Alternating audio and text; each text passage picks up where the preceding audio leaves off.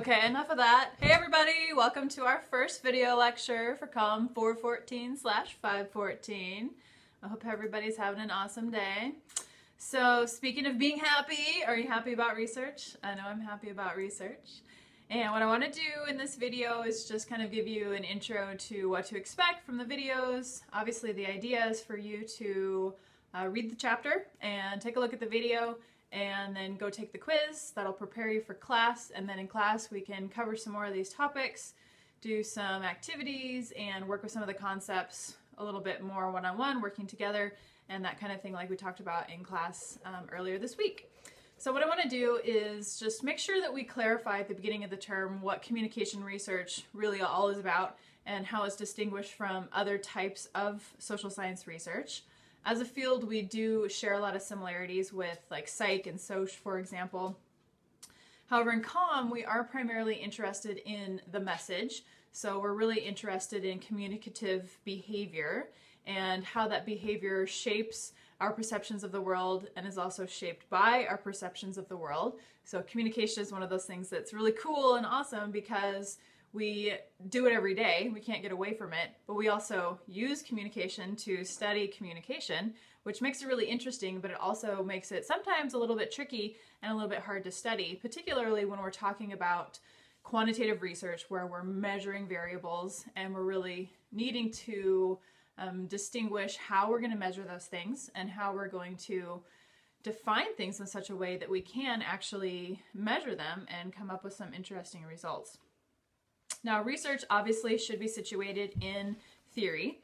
Theories explain how and why things happen, and on a daily basis we tend to make observations about our world which make us curious, and a lot of times those curiosities spark research questions. So the research question then is going to be a more formal question to ask that's going to then guide the research process and obviously contribute to the way that we understand whatever phenomenon that we're going to be looking at.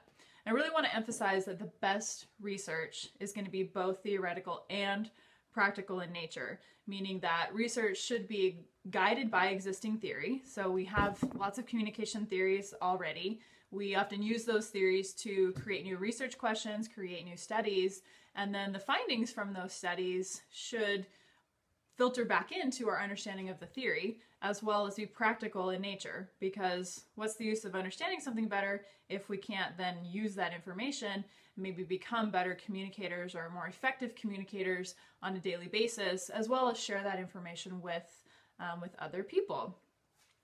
So it's also interesting and important to make a distinction between a research question and a hypothesis.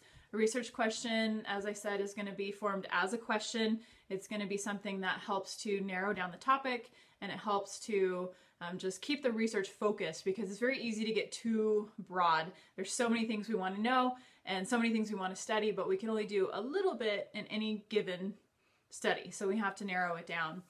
The hypothesis, on the other hand, is going to actually make a prediction about how things are related. So we're interested in variables when we're looking at quantitative research, and we're interested in looking at how variables relate to each other. A variable is going to be anything that can have two or more values to it. And then obviously there's going to be different types of variables. We'll talk about this more, as well as how we go about actually measuring those variables. But the two basic types of variables we typically look at are going to be independent and dependent variables. You may have come across these in other classes or previously. The independent variable is typically going to be something that is more stable. It's not necessarily going to change depending on the particular study that we're doing, and it's often referred to as a predictor variable, meaning that it's going to predict changes in the dependent variable. The dependent variable is sometimes referred to as the outcome variable. So if we're looking at a prediction and then an outcome of that prediction, you can think independent variable as the predictor and dependent variable as the outcome, or the one that's reliant upon, dependent on the other variable. For example, we might want to study something like how sex, male or female, contributes to one's likelihood to initiate a first date with somebody you're interested in dating. If we wanted to look at that, then sex, male or female, would be the independent variable. So that's not going to change, obviously. And then we could look at how being male or female contributes to one's likelihood to go up, start a conversation, initiate that first date with somebody that you might be interested in. And in that particular situation, we'd be looking at a causal relationship, meaning that we're interested in looking at how one's sex causes the behavior of initiating that first date. And it makes sense in that particular case that it would be causal in nature because we couldn't look at it the other way around. Somebody's likelihood to go up and initiate a conversation, ask someone out on a date, isn't going to cause them to be male or female, but being male or female could contribute to differences in how people go about initiating that first date or their likelihood to have that conversation that might initiate the first date. In a lot of situations in comm research, we're not going to be looking at causal relationships. We might be instead looking at correlations. You may have heard before about the distinction between a correlation and a causation or causal relationship. If we're looking at how things are correlated, it simply means that a change in one variable is associated with a change in the other variable, but that one doesn't necessarily predict the other. In fact, it could go either direction.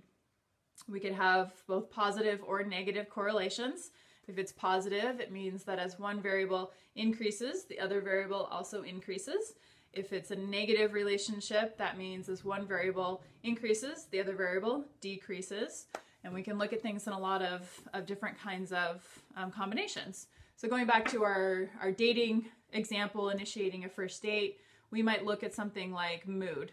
And we could look at how mood and initiating that first date are correlated with each other. So if I'm in a good mood, feeling good, I'm happy, I'm confident, I might go up and talk to that person and initiate that first date. So there could be a correlation between those two things. At the same time, though, if I have a conversation with somebody I'm interested in, assuming that it goes well, that might put me in a good mood. So we could have a correlation which is going possibly both directions. Now, note too that in that particular example, mood is not a communicative variable, right? That is a cognitive type of variable. It's a psychological variable rather than a communicative one. And this does happen a lot in comm research where we have one aspect that we're particularly interested in. So, we're really interested in that initiation of the first date.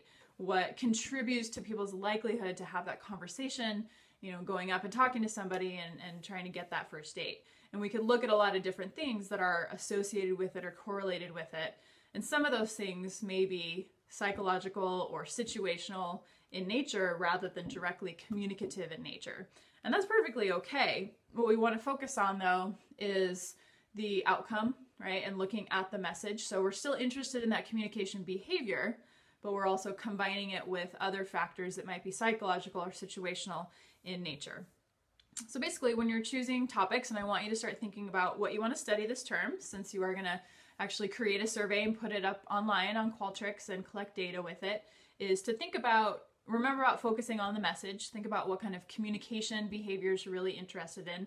That might be interpersonal, that might be media related. We'll talk about these things more in class. So in the meantime, start thinking about your potential topics. Go on Blackboard and take the quiz, and then come to class ready to be happy about communication research.